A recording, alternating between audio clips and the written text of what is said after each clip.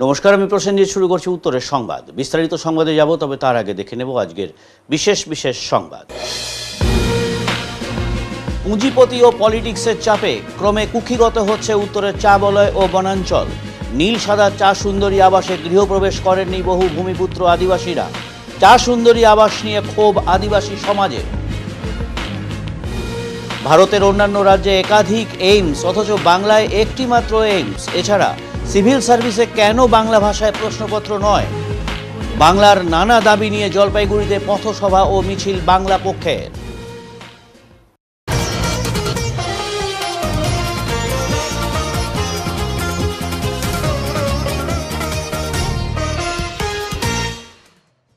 শনিবার শিলিগুড়ির রোজগার মেলায় কেন্দ্রীয় রাষ্ট্রমন্ত্রী জানালেন, দেশে কোনো চাকরির অভাব নেই। দেশের চাকরির কোনো অভাব নেই।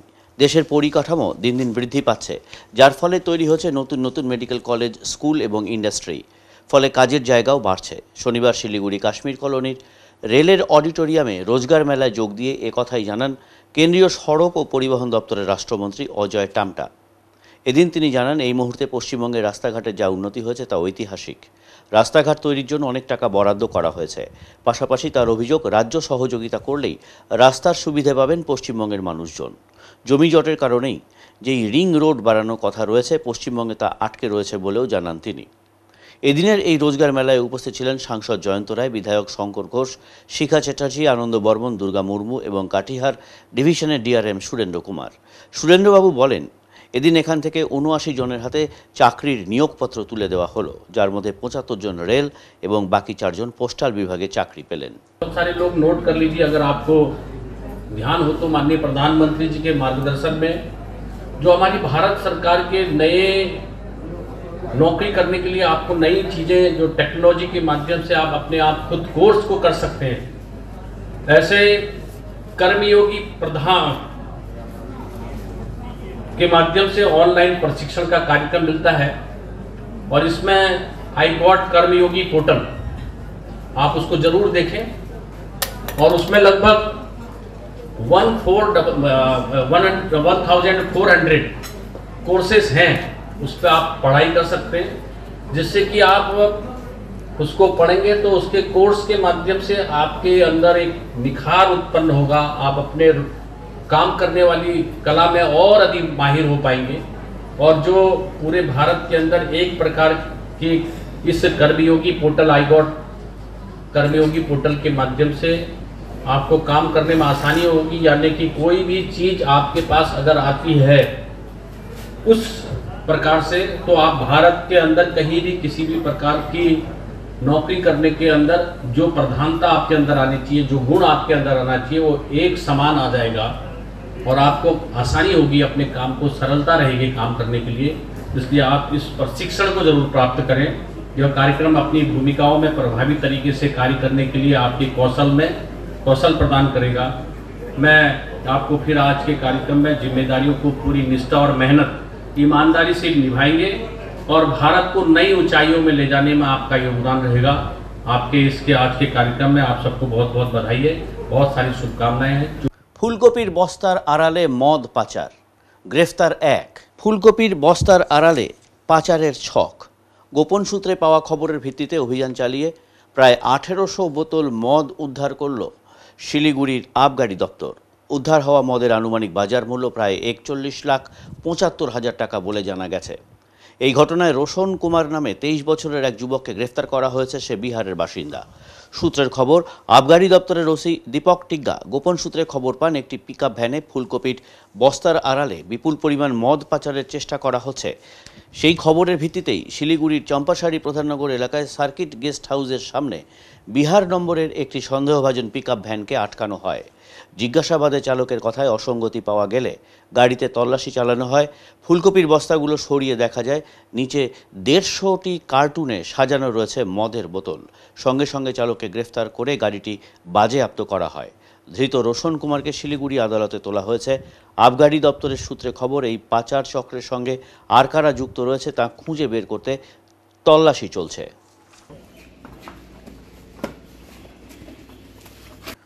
রবিবার জলপাইগুড়ি পুরাতন পুলিশ লাইন এলাকায় অনুষ্ঠিত হলো একটি বিনামূল্যে চক্ষু পরীক্ষা শিবির। পিপলস ওয়েলফেয়ার অর্গানাইজেশনের 25তম বর্ষপূর্তি ও বছরব্যাপী সামাজিক কর্মসূচির অঙ্গ হিসেবে এই শিবিরের আয়োজন করা হয়। সহযোগিতা ছিল Siliguri greater Lions eye hospital. এই শিবিরে অভিজ্ঞ চক্ষু চিকিৎসকেরা রোগীদের পরীক্ষা করেন। এদিন শতাধিক মানুষ চোখের পরীক্ষা করান। যারা ছানির সমস্যায় ভুগছেন তাদের জন্য ভবিষ্যতে বিনামূল্যে ছানি অপারেশনেরও ব্যবস্থা করা হবে বলে উদ্যোক্তাদের তরফে জানানো হয়েছে। শিবিরে পিপলস ওয়েলফেয়ার অর্গানাইজেশনের সমস্ত সদস্যরাই উপস্থিত ছিলেন এবং এই উদ্যোগকে সফল করে তোলেন। সোনার গয়না ছিনতাই কাণ্ডে পুলিশের সাফল্য, একে একে ধরা পড়ছে দুষ্কৃতীরা। নিউ পালপাড়া এবং সারদাপল্লীতে পরপর দুটি একই ধরনের ছিনতাইয়ের ঘটনায় চাঞ্চল্য ছড়িয়েছে শিলিগুড়িতে। একই দিনে একই কায়দায় দুটি পৃথক এলাকায় প্রবীণ নাগরিকদের নিশানা করে সোনার গয়না ছিনতাই করে এক সংঘবদ্ধ চক্র। তবে শেষ রক্ষা হয়নি। দুষ্কৃতীরা লুকিয়ে থাকলেও পুলিশের তৎপরতায় শেষমেশ ধরা পড়ে সকলেই। প্রথম ঘটনাটি ঘটে নিউ পালপাড়ায়, যেখানে এক বৃদ্ধের গলা থেকে সোনার চেন এবং আংটি ছিনিয়ে নিয়ে পালায় দুষ্কৃতীরা। এরপরই শিলিগুড়ি পুর নিগমের 37 নম্বর ওয়ার্ডের সারদাপল্লীতে একই ধরনের ঘটনা ঘটে। অভিযোগ, দুজন মোটরবাইকে করে এসে রত্না দত্ত নামে এক বৃদ্ধার বাড়িতে ঢোকে। পরিষ্কার করার নাম করে তারা কলিং বেল টিপে বৃদ্ধাকে বাড়ির বাইরে ডেকে আনে। তারপর তার মুখে ক্লোরোফর্ম স্প্রে করে অজ্ঞান করে দেয় এবং গলার সোনার চেন ছিনিয়ে চম্পট দেয়। তদন্তে নেমে আশিঘর ফাঁড়ির প্লেন ক্লথস পুলিশের দল নজিরবিহীন তৎপরতা দেখায়। কয়েক ঘন্টার মধ্যেই নিউ জলপাইগুড়ি এলাকার একটি লজ থেকে পঙ্কজ সাউ, পাণ্ডব কুমার নামে দুই অভিযুক্তকে গ্রেফতার করে। জিজ্ঞাসাবাদে তারা স্বীকার করে নিউ পালপাড়া ও সারদাপল্লীর ঘটনা একই চক্রের কাজ। পরবর্তীতে আরও এক অভিযুক্ত অনিল ডোমের নাম উঠে আসে। অভিযোগ, ছিনতাই করা সোনার গয়নাগুলি অনিলের এনজেপি গেট বাজার এলাকার বাড়িতে নিয়ে রাখা হতো। অনিলকেও গ্রেফতার করে পুলিশ এবং তার বাড়ি থেকে ছিনতাই হওয়া সোনার গয়নাগুলিও উদ্ধার করা হয়।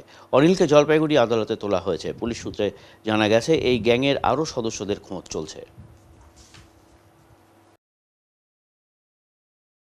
নেপালি আদি কবি ভানুভক্তের 211তম জন্মদিন যথাযোগ্য মর্যাদায় পালন করা হলো জলপাইগুড়ির ভানুনগরে। আজ আদি নেপালি কবি ভানুভক্তের জন্মদিন, আর সেই উপলক্ষে ভানুনগর নেপালি সমাজের উদ্যোগে ভানুনগরে অবস্থিত ভানুভক্তের পূর্ণাবয়ব মূর্তিতে পুষ্পার্ঘ্য নিবেদনের মাধ্যমে আদি কবিকে যথাযোগ্য মর্যাদায় শ্রদ্ধার্ঘ্য নিবেদন করা হলো। এর পাশাপাশি জলপাইগুড়ি পৌরসভার উদ্যোগে ও আদি কবি ভানুভক্তকে পুষ্পার্ঘ্য নিবেদনের মাধ্যমে তাকে সম্মান জানানো হয়। জলপাইগুড়ি পুরসভার চেয়ারম্যান পাপিয়া পাল ভানুভক্তের মূর্তিতে পুষ্পার্ঘ্য নিবেদন করেন। আদিকবি ভানুভক্ত নেপালি সম্প্রদায়ের কাছে অত্যন্ত সম্মানীয় এবং গুরুত্বপূর্ণ। বিভিন্ন অনুষ্ঠানের মধ্য দিয়ে আজকের দিনটিকে উদযাপন করা হলো এখানে। প্রথমে প্রদীপ জ্বালিয়ে ভানুভক্তকে শ্রদ্ধা নিবেদন করা হয়। এরপর তাকে মাল্যদান করেও সম্মান জানানো হয়। ভানুনগর নেপালি কল্যাণ সমাজ ও সায়গের উদ্যোগে এই পুরো অনুষ্ঠানের আয়োজন করা হয় আজ। একটু এখানেই দাঁড়াতে হবে, তারপরে আমাদের গাড়ি এখানেই করে দেবো। हाम्रो गाउँका प्यारो दाजु चन्दन दाजुले पनि खदा अर्पण गरी स्वागत जनाइदिन हुन भनी अनुरोध गर्दछु। আজকে একটি উল্লেখযোগ্য দিন। নেপালি ভাষাভাষী মানুষের, নেপালি সাহিত্যের একজন ব্যক্তিত্ব ভানুভক্ত আচার্য, কবি ভানুভক্ত আচার্যের আজকে জন্ম জয়ন্তী দিবস। আজকে প্রতিবারের ন্যায় 9 নম্বর ওয়ার্ডের 10 নম্বর ওয়ার্ডের ভানুভক্তের যে মর্মর মূর্তিটি রয়েছে সেখানে আজকে আমরা সকলে মিলিত হয়েছি।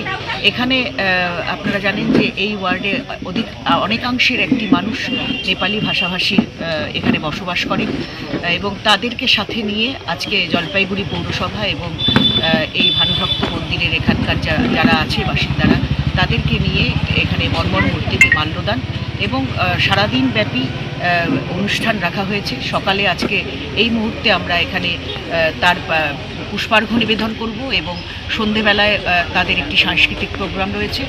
এটাই বলবার যে সমস্ত ভাষাভাষী মানুষের দেশ আমাদের, নানা ভাষা, নানা মত, নানা পরিধান, বিবিধের মাঝে দেখো মিলন মহান। এই বৈচিত্র্যকে ধরে রাখাই হলো আমাদের দায়িত্ব এবং কর্তব্য। আমরা আমাদের মাননীয় মমতা বন্দ্যোপাধ্যায়ের নীতি ও আদর্শে আমরা বিশ্বাসী এবং জলপাইগুড়ি পুরসভা সেই বিশ্বাসে এগিয়ে যাবে এবং সকলকে নিয়ে একসাথে জাতি ধর্ম বর্ণ নির্বিশেষে সকলের অনুষ্ঠানে আমরা অংশগ্রহণ করি। আমরা একদিকে যেমন খ্রিস্টান ধর্ম পালন করি, একদিকে যেমন ঈদ করি, একদিকে যেমন আমরা দুর্গাপূজায় অংশগ্রহণ করি। সকলকে নিয়ে একসাথে আমাদের সংবিধানকে রক্ষা করাই আমাদের দায়িত্ব এবং কর্তব্য। বাংলায় একটিমাত্র এইমস কেন? প্রতিবাদ, পথসভা এবং মিছিল বাংলা পক্ষের জলপাইগুড়িতে। বিহার, উত্তরপ্রদেশে 2টি করে এইমস, কিন্তু রাজ্যে কেন একটিমাত্র এইমস? এই প্রশ্ন তুলে রবিবার জলপাইগুড়ি শহরে অনুষ্ঠিত হলো পথসভা ও মিছিল। বাংলা পক্ষের তরফে এদিন জলপাইগুড়ি শহরের কদমতলা মোড়ে এই প্রতিবাদ সভা ও মিছিলের আয়োজন করা হয়। কদমতলা মোড় চত্বরে সংগঠনের কর্মী ও সমর্থকেরা জমায়েত হন। তাদের দাবি, বাংলায় 10 কোটির বেশি মানুষের জন্য একটিমাত্র এইমস স্বাস্থ্য পরিকাঠামো হিসেবে যথেষ্ট নয়। তাদের সুস্পষ্ট দাবি, অবিলম্বে রাজ্যে আরও এইমস হাসপাতাল নির্মাণ করতে হবে। শুধু এইমস নয়, এদিনের প্রতিবাদ কর্মসূচিতে আরও একটি গুরুত্বপূর্ণ দাবি উত্থাপন করে বাংলা পক্ষ। সংগঠনের তরফে জানানো হয়, WBCS পশ্চিমবঙ্গ সিভিল সার্ভিস পরীক্ষার প্রশ্নপত্র বাংলায় করার সুযোগ দিতে হবে পরীক্ষার্থীদের। বহু পরীক্ষার্থী বাংলা মাধ্যমে শিক্ষা গ্রহণ করেন, অথচ উচ্চ পর্যায়ের প্রতিযোগিতামূলক পরীক্ষাগুলোতে প্রশ্নপত্র শুধু ইংরেজি বা হিন্দিতেই থাকে, যা বাংলাভাষী ছাত্রছাত্রীদের প্রতি অবিচার। এদিন কদমতলা মোড় থেকে একটি সুসজ্জিত মিছিল শহর পরিক্রমা করে। পথচলতি মানুষজনের দৃষ্টি আকর্ষণ করে তারা মিছিল শেষে আবার কদমতলাতেই ফিরে এসে পথসভায় মিলিত হন। সংগঠনের পক্ষ থেকে জানানো হয়েছে, এই দাবিগুলো শুধুমাত্র উত্তরবঙ্গ নয়, গোটা বাংলার মানুষের স্বার্থে। তাই আগামী দিনে এই লক্ষ্যে সংগঠনের এমন কর্মসূচি চলবে বলে জানানো হয়েছে। আমি সিদ্ধার্থ মুখার্জি, আমি বাংলা পক্ষের জলপাইগুড়ি সদর বিধানসভার সম্পাদক। কি আজকে আপনাদের কর্মসূচি রয়েছে? আজকে কর্মসূচি মানে এটা বাংলা পক্ষে দীর্ঘদিনের আন্দোলন চলছিল। সেটা হচ্ছে পশ্চিমবঙ্গে 2টো এইমস চাই। আমরা জমিটা চিহ্নিত করি, সেটা হচ্ছে দমোহনীতে রেলের একটা জমি আছে, অর্থাৎ কিনা এটাও কেন্দ্রীয় সরকারের নিজের হাতের মধ্যে রয়েছে, জমি কোনো জট নেই। তো সুতরাং আমাদের দাবি ছিল, অন্যান্য রাজ্যে যেমন বিহার বা ইউপিতে 1-এর বেশি এইমস রয়েছে, সেখানে পশ্চিমবঙ্গে মাত্র একটা এইমস। উত্তরে আমাদের এমনিতেই স্বাস্থ্য ব্যবস্থা অনেকটাই আমরা পিছিয়ে থাকি, আমাদের কলকাতার দিকে তাকিয়ে থাকতে হয় বা দক্ষিণ ভারতের দিকে তাকিয়ে থাকতে হয়। সেক্ষেত্রে যদি উত্তর আমাদের দমনিতে যদি একটা এইমস তৈরি হয়, সেক্ষেত্রে মালদা থেকে কুচবিহার এমনকি আরো খানিকটা বাড়িয়ে অনেকখানি জায়গায় আমাদের কভারের মধ্যে আসবে এবং উন্নত স্বাস্থ্য ব্যবস্থা আমরা পেতে পারি। তো সেইটা নিয়ে আমাদের দীর্ঘদিনের আন্দোলন, তারই অংশ হিসেবে আজকে এখানে মিছিল চলছে জলপাইগুড়িতে। মিছিল শুরু হচ্ছে কদমতলা থেকে, এবার এটা বেগুনটারি হয়ে, দিনবাজার হয়ে, থানা মোড় হয়ে আবার কদমতলা এসে শেষ হবে। আর তারপরে রয়েছে আমাদের পথসভা, যেখানে আজকে এসছেন আমাদের বাংলা পক্ষের সাধারণ সম্পাদক গর্গ চট্টোপাধ্যায় এবং অন্যান্য কেন্দ্রীয় নেতৃবৃন্দ আছেন, তারাও বক্তব্য রাখবেন। এর সঙ্গে আরেকটা দাবি আমাদের রয়েছে, সেটা হচ্ছে WBCS পরীক্ষাতে বাংলা বাধ্যতামূলক করা, যেটা বাধ্যতামূলক হয়েছিল কিছুদিন আগে অবধি। আমরা জানতাম যে এটা WBCS এ বাংলা পরীক্ষা দিতে হবে, কিন্তু ভেরি রিসেন্ট এটা একটা আবার সার্কুলার বেরিয়েছে পিএসসির, যে আগের মতোই অন্যান্য ভাষায় পরীক্ষা দেওয়া যাবে। তো এই দাবিটাও আমাদের সেই সঙ্গেই রয়েছে। তো এই দুটো দাবি নিয়ে মূলত আজকে এই আমাদের কর্মসূচি, মিছিল এবং পথসভা। এবারে নিচ্ছি ছোট্ট একটি বিরতি, ফিরে আসছি বিরতির পর। সব সময় সব দিকের সব খবর পেতে সাবস্ক্রাইব করুন, বেল আইকনটি প্রেস করে আপডেট থাকুন।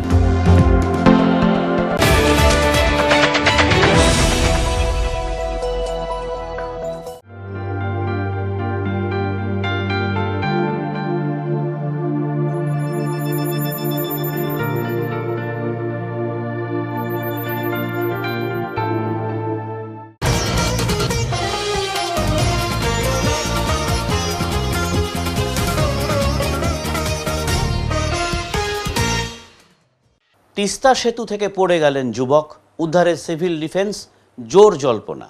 রবিবার জলপাইগুড়ির তিস্তা সেতুতে এক চাঞ্চল্যকর ঘটনা ঘটে।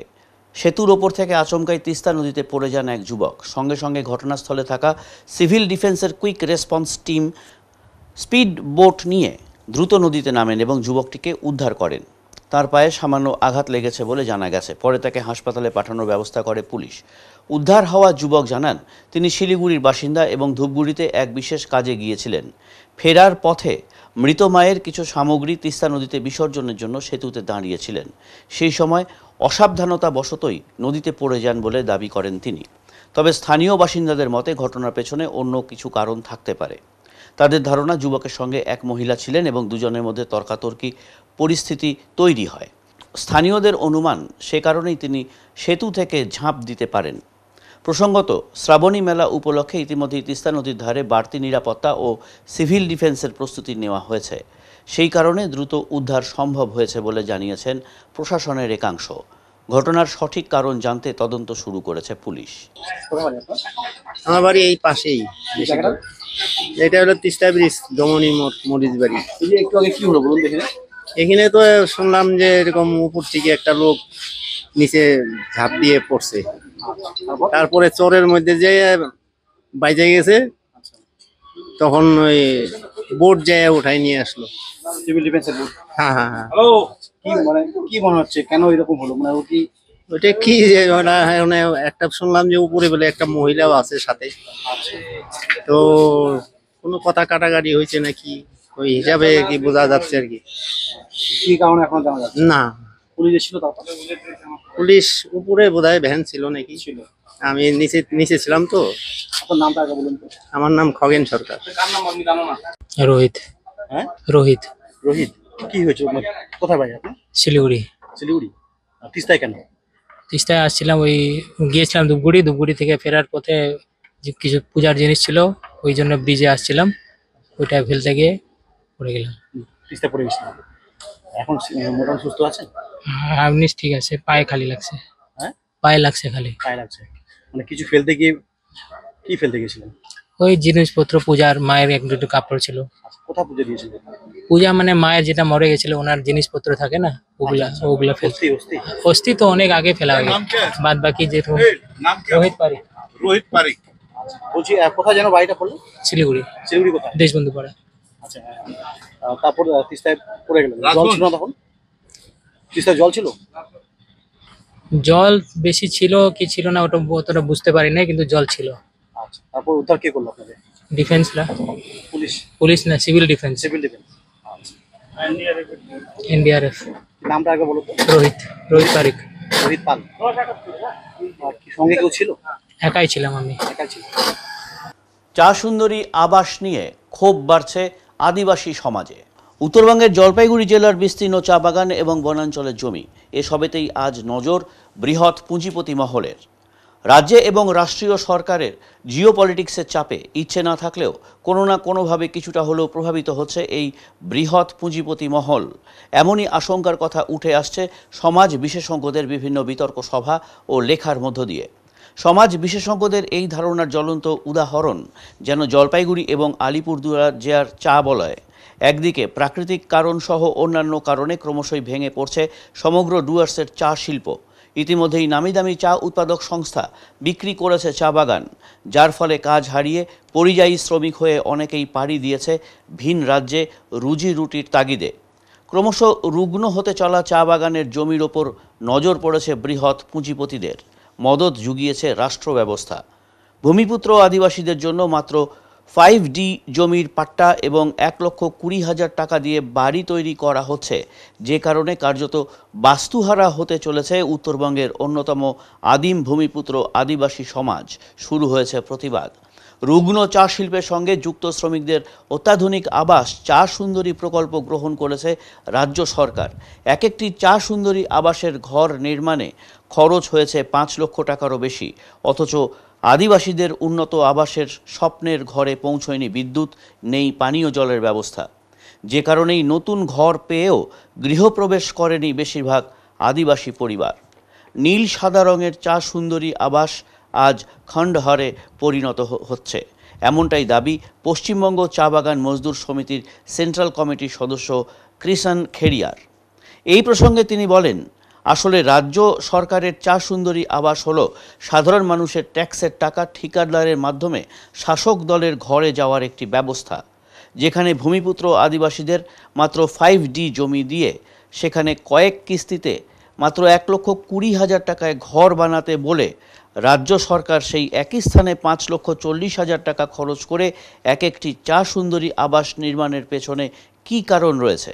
এত অর্থ খরচ করে বিভিন্ন চা বাগানে বাড়ি নির্মাণ করা হলেও আজও নেই বিদ্যুৎ, নেই পানীয় জল, যে কারণে বেশিরভাগ চা শ্রমিক যায়নি তাদের নতুন ঘরে। মানুষজন বসবাস না করায় খণ্ডহারে পরিণত হয়েছে এই চা সুন্দরী আবাসগুলো, যে কারণেই আমরা রাজ্য সরকারের মাত্র 5D জমি দেবার প্রস্তাব ফিরিয়ে দিয়ে 100 বছর ধরে আদিবাসীরা যেই জমির ওপর বসবাস করে আসছে তার সম্পূর্ণ অধিকার দাবি করেছি বলে জানান কৃষাণ খেরিয়া। এদিকে চা সুন্দরী আবাস ফাঁকা পড়ে থাকায় ইতিমধ্যে চুরি হয়েছে ঘরের জানালা, দরজা থেকে অন্যান্য জিনিসপত্র। এই প্রসঙ্গে পানিঘাটা অঞ্চলের শ্রমিক রাজ বারাইক জানান, রাতের অন্ধকারে চোর এসে জানালা খুলে নিয়ে যাচ্ছে, দেখার কেউ নেই, কোনো পাহারাদারও নেই। অপরদিকে দ্রুত সবাইকে ঘর প্রদান করার দাবি জানান খোদ শাসক তৃণমূল কংগ্রেস দলের চা বাগান ইউনিটের সভাপতি ধনীরাম কর্মকার। এই প্রসঙ্গে তিনি বলেন, উদ্বোধনের পর কয়েকজনকে ঘর প্রদান করা হলেও বেশিরভাগ ঘর শ্রমিকদের মধ্যে বন্টন করা হয়নি আজও, যে কারণে নতুন আবাসের জিনিসপত্র, বেসিন, किचन থেকে কল চুরি হয়ে যাচ্ছে। जी सबको जना दिया है। तो क्या बोल रहा है? अभी तो भेजेगा ऐसे बोला है। तो क्या होने से यहाँ चोरी बंद होगा? तो चोरी तो अभी देखिए, रात को अगर यहाँ से गांव से इधर उधर से सब मिल के, मतलब सारा गांव से कुछ आदमी दे रात को ड्यूटी करने के लिए तो बढ़िया होगा। क्या सिविक पुलिस नहीं आता है? नहीं नहीं नहीं, एक भी नहीं आता। आपका परिचय? जी, मेरा नाम राज बड़ाइक है, ये पानीघाटा का निवासी। मकान का वर्कर के लिए घर दिया गया है, हम लोग का दीदी ने दिया है हम लोग के लिए, लेकिन आज में देख रहा है देने के बाद भी आज हम लोग का उद्घाटन करके भी 2-4 आदमी का घर मिला है और बाद बाकी है। अभी तो उसका दूसरा तीसरा दिन से तो चोरी होने का शुरू हो गया है। तो इसलिए घर आदमी लोग का हाथ में घर नहीं मिलने से तो ऐसे होता है, वैसे होगा। तो शायद वैसे चोर लोग अभी देखिए, अभी मैं देख रहा हूँ यहाँ पर क्या हाँ हाथ धोने वाला सामान यहाँ पर छिपा हुआ है। तो ये चीज़ बहुत जल्द हम लोग को मिल जाना चाहिए। हम लोग इसको लिए दीदी के पास कितना बार हम लोग इसको रिक्वेस्ट करके सब हम लोग को बगान बंद होने के कारण हम लोग को दीदी तो पास करके दिया है। और आज में तो खिलवाड़ जैसा हो गया कि आज हम लोग के हाथ में नहीं मिल रहा है मजदूरों को। तो नहीं, वो लोग अब बोले नहीं सकता है, मैं था ही नहीं। आज देखिए, वो एक एक घर का कीमत 5,43,000 रुपये है, जो चा सुंदरी योजना के माध्यम से सरकार घर दे रही है। और वहीं पे जहाँ पे 5 डेसिमल पट्टा के साथ साथ में 1,20,000 रुपये जो दिए जा रहे हैं, वो भी चा सुंदरी एक्सटेंशन का पार्ट है। लेकिन यहाँ पे सरकार की नीति देखिए, नीति और नियत में एक फ़र्क होता है कि सरकार जब कॉन्ट्रैक्टर के माध्यम से जब घर बनाती है तो वही घर बनाने के लिए 5,43,000 रुपये देती है, और जब मतलब कि लोगों को हमें खुद जब वो घर बनाने के लिए पैसा मिलता है तो 1,20,000 रुपया उसमें भी 3 इंस्टॉलमेंट में दिया जाता है। तो ये कहीं ना कहीं सरकार की नीयत समझ में आती है कि सरकार जो ये सरकारी जो पैसे हैं, सरकारी पैसे किसके हैं? आपके हैं, हमारे हैं, सभी का पैसा है, टैक्स पेयर का पैसा है। वो पैसा ये लोग फालतू खर्चे में लगा रहे हैं। चा सुंदरी योजना मुझे नहीं लगता है कि सरकार को चाय बागान के मजदूरों के लिए बनाया है। हमें लगता है कि ये कॉन्ट्रैक्टर के लिए बनाया गया है, और ये जो पैसा जो वहाँ से जो निकाला गया है उसे चुनाव में इस्तेमाल किया गया है। साथ ही चा सुंदरी योजना का जो घर जो साइड में जो बनाए गए हैं, मुझे नहीं लगता है कि आने वाले दिन में वहाँ पे चाय मजदूर रहेंगे, क्योंकि अभी अब जो हम लोग देखते हैं बहुत सारे जगहों में 50%, 60%, 70% घर खाली है। वो घर खंडर बने जा रहे हैं, लेकिन वहाँ पे कोई नहीं जा रहा है। क्यों जाएंगे? अपना घर को छोड़कर कोई नहीं जाना चाहता है। तो ये सरकार की एक फ्लॉप पॉलिसी रही है, एक फ्लॉप स्कीम रही है। ঘিস নদীর রমতি এলাকায় হুল্লোড় বাড়ছে, হরপাবান এবং বন্যজন্তুর দ্বারা আক্রমণের আশঙ্কা। আজ রবিবার ছুটির দিন, তাই সতর্কতা উপেক্ষা করেও বহু মানুষ ছুটির দিনে ঘুরতে বেরিয়েছেন।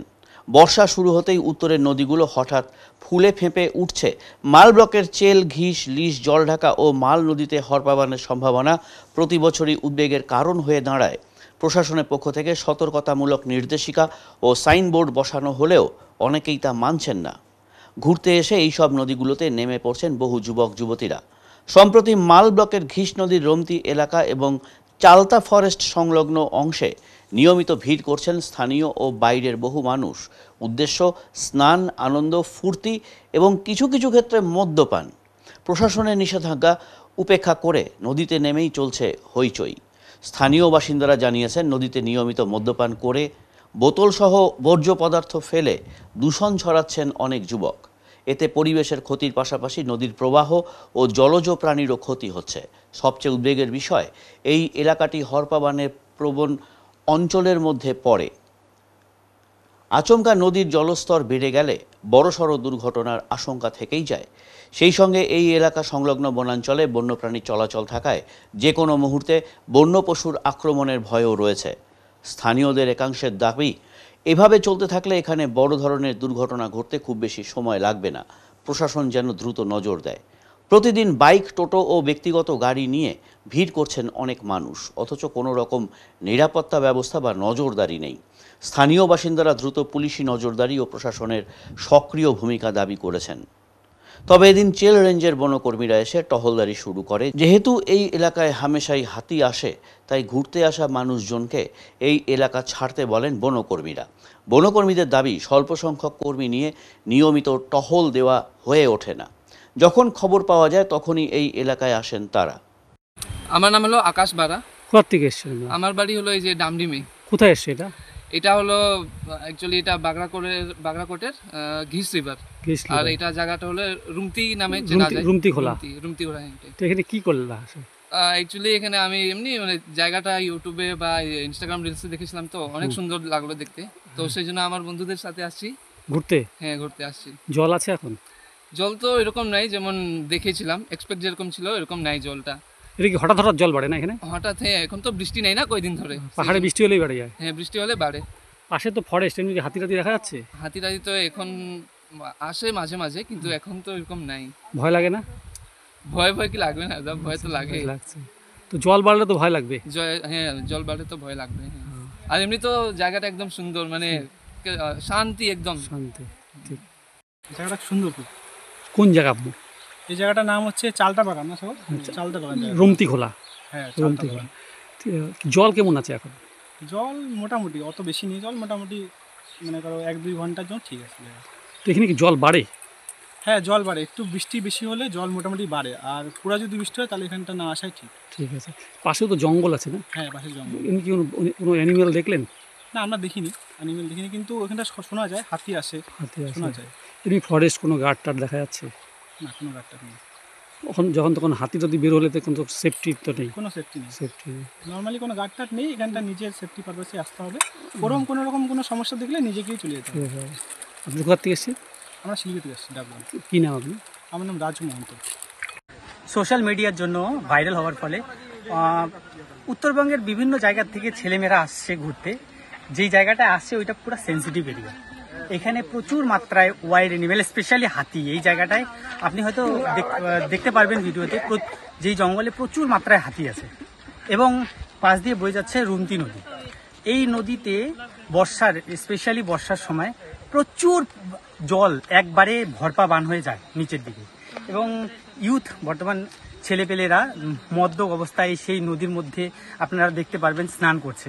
যদি এই কোনো মুহূর্তেই জল একবারে বেশি এসে যায়, ওদের প্রাণের ক্ষতি হতে পারে। আচ্ছা, এই জায়গাটায় যেহেতু আমি এখানকার লোকাল, আমি আমার জন্ম থেকেই জানি এই জায়গায় প্রচুর পরিমাণে জল আসে, প্রচুর জল একবারে আসে, এবং এই বর্ষার সময়ে জল আসবে প্রকৃতির নিয়ম অনুযায়ী। কিন্তু হচ্ছে এইভাবে যদি চলতে থাকে আমরা 2-1 এর মধ্যেই একটা বড়সড় দুর্ঘটনা দেখতে চলছি। কি চাচ্ছেন প্রশাসনের? আমি চাচ্ছি সাধারণ যুবক যারা আছে ওদেরকে সচেতন করা, যাতে এখানে না আসে। আসলেও এমন সময় আসে যখন ওয়েদার ঠিক থাকবে, বা এখানে কিছু একটা ব্যবস্থা করা যাতে ওরা ভালোভাবে থাকতে পারে অ্যাটলিস্ট। এই জায়গাটার নাম? এটা হচ্ছে রুমতি খোলা মানে রুমতি নদী আর জরুল বাড়ি। আসলে সবাই বলে চালতা বন, অ্যাকচুয়ালি এটা জরুল বাড়ি। আপনার নাম? আমি মোহাম্মদ সঞ্জু।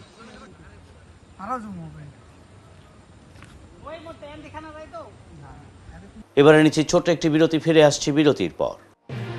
সব সময় সব দিকের সব খবর পেতে সাবস্ক্রাইব করুন, বেল আইকনটি প্রেস করে আপডেট থাকুন।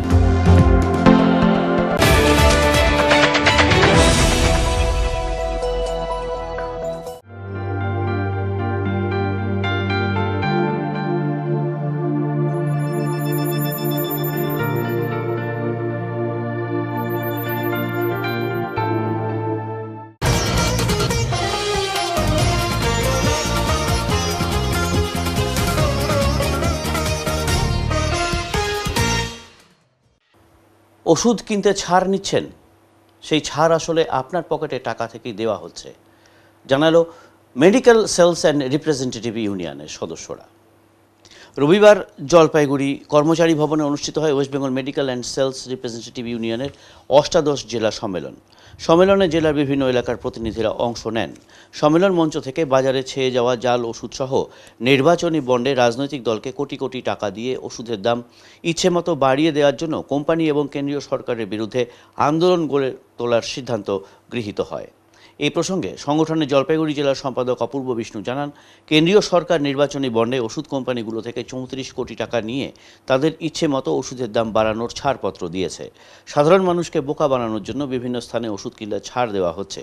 আসলে 100 টাকার ওষুধের দাম বাড়িয়ে 200 টাকা করে তারপর যে ছাড় দেওয়া হচ্ছে, আদতে সেটি সাধারণ মানুষের পকেটের টাকাই। আপনারা জানেন যে এর সঙ্গে ভারতবর্ষে যে রাষ্ট্রায়ত্ত ওষুধ শিল্প কোম্পানিগুলো ছিল, তারা ভারতবর্ষের মানুষের স্বার্থে রাষ্ট্রায়ত্ত ওষুধ শিল্প তারা কম দামে ওষুধ দিত, কিন্তু আজকে সেগুলোকে সম্পূর্ণভাবে তুলে দেওয়া, আজকে তার ফলে বেসরকারি যে ওষুধ কোম্পানিগুলো তারা ওষুধের দাম বাড়াচ্ছে এবং কেন্দ্রীয় সরকারের ইলেকটোরাল বন্ডের মাধ্যমে আপনারা দেখলাম ভোটের আগে যে প্রায় আপনার 34,000 কোটি টাকা আজকে ইলেকটোরাল বন্ডের মাধ্যমে একটা কোম্পানি দিল। আসলে তাদের হচ্ছে দাম বাড়ানোর ছাড়পত্র হিসেবে। আর এর সাথে ভেজাল ওষুধ, আজকে আপনারা জানেন যে এই কেন্দ্রীয় সরকারের আজকে আমাদের লোকসভাতে কেন্দ্রীয় মন্ত্রীকে প্রশ্নের উত্তরে তার যে বিবৃতি, সেটা হচ্ছে 1,06,000 ওষুধের স্যাম্পেল সার্ভে হয়েছিল, তার মধ্যে 3,000 ওষুধই প্রায় নিম্নমানের এবং তার মধ্যে 300টি ওষুধ প্রায় শুধু ভেজাল। মানুষ আমরা দেখলাম যে পশ্চিমবঙ্গ ফার্মাসিউটিক্যালসের ওষুধ খেয়ে মেদিনীপুর মেডিকেল কলেজে আমাদের প্রসূতি মায়ের মৃত্যু হলো। তার যে বাজার ভরে গেছে, মানুষ কি ওরা বুঝবে যে কোনটা খাঁটি ওষুধ আর কোনটা ভেজাল ওষুধ? আর সরকার এটাকে বিভ্রান্ত করবার জন্য আজকে সরকারি উদ্যোগগুলোকে সব বেসরকারি করে দিচ্ছে, আর সরকার নাকি জেনেরিক ওষুধ দিচ্ছে, কিন্তু কোনো গুণমানের কোনো নিয়ন্ত্রণ নেই। আরেকটা বিষয় হলো যে দেখা যাচ্ছে যে পার্সেন্টেজ দিয়ে দিচ্ছে 20%, হ্যাঁ, এটা একটা কি বলবো, এটা মানুষকে ধোঁকা দেওয়া হচ্ছে, বোকা বানানো হচ্ছে। ইলেকটোরাল বন্ডের মাধ্যমে তারা স্বীকৃতি পেয়ে গেল যে যেমন খুশি দাম বাড়াও। আজকে 100 টাকার ওষুধ যখন 200 টাকা বানিয়ে দিচ্ছে, তার পরবর্তীতে বিভিন্ন অফার যখন দিচ্ছে, এইবার ওষুধ কোম্পানি যারা ওষুধ বিক্রি করে তাদের ক্ষেত্রে মাঝখানে এইরকমভাবে চলছে যে এই ওষুধের দাম বাড়িয়ে তারা একটা অংশ দিচ্ছে। আমাদের তো প্রকৃত দাম নিয়ন্ত্রণ দরকার। 100 টাকার ওষুধ বাড়িয়ে 200 টাকা করে আমাকে যে বিভিন্ন জায়গায় ছাড়গুলো দিচ্ছে, আমাদের তো প্রয়োজন নেই। আমাদের প্রয়োজন হচ্ছে আজকে 100 টাকার ওষুধকে যদি প্রকৃত ওষুধ প্রোডাকশান আগে যেটা ছিল হাতি কমিটির সুপারিশ অনুযায়ী, যে ওষুধের দাম হবে হচ্ছে একটা ওষুধ তৈরি করতে যদি 10 টাকা খরচ হয়, তার মধ্যে 40% মুনাফা এবং খরচ যোগ করে তাহলে সেখানটায় 14 টাকার বেশি হবে না। এখন 10 টাকার ওষুধ যদি 50 টাকা হয়ে যায়, সেখানে এই ছাড় মানুষের কাছে না, আসলে মানুষের পকেট কেটে এই ছাড় মানুষকে দেওয়া হচ্ছে। এটা একটা কি বলবো, এটা সম্পূর্ণভাবে ভ্রান্ত নীতি কেন্দ্রীয় সরকারের। এর বিরুদ্ধে আমাদের আজকের সম্মেলনে আমরা হাজির হয়েছি। আমরা কেন্দ্রীয় জাল ওষুধ, আজকে জেনেরিকের এই যে ভ্রান্ত দুর্নীতি, আজকে এই যে ওষুধের নিয়ন্ত্রণ, এগুলোর ব্যাপারে নিয়ন্ত্রণ করবার জন্য সরকারকে ব্যবস্থা নিতে হবে। আপনার নাম আর পরিচয়টা? আমি অপূর্ব বিষ্ণু, সম্পাদক, West Bengal medical and sales representative union, Jalpaiguri জেলা কমিটি। এবারে আবহাওয়ার খবর।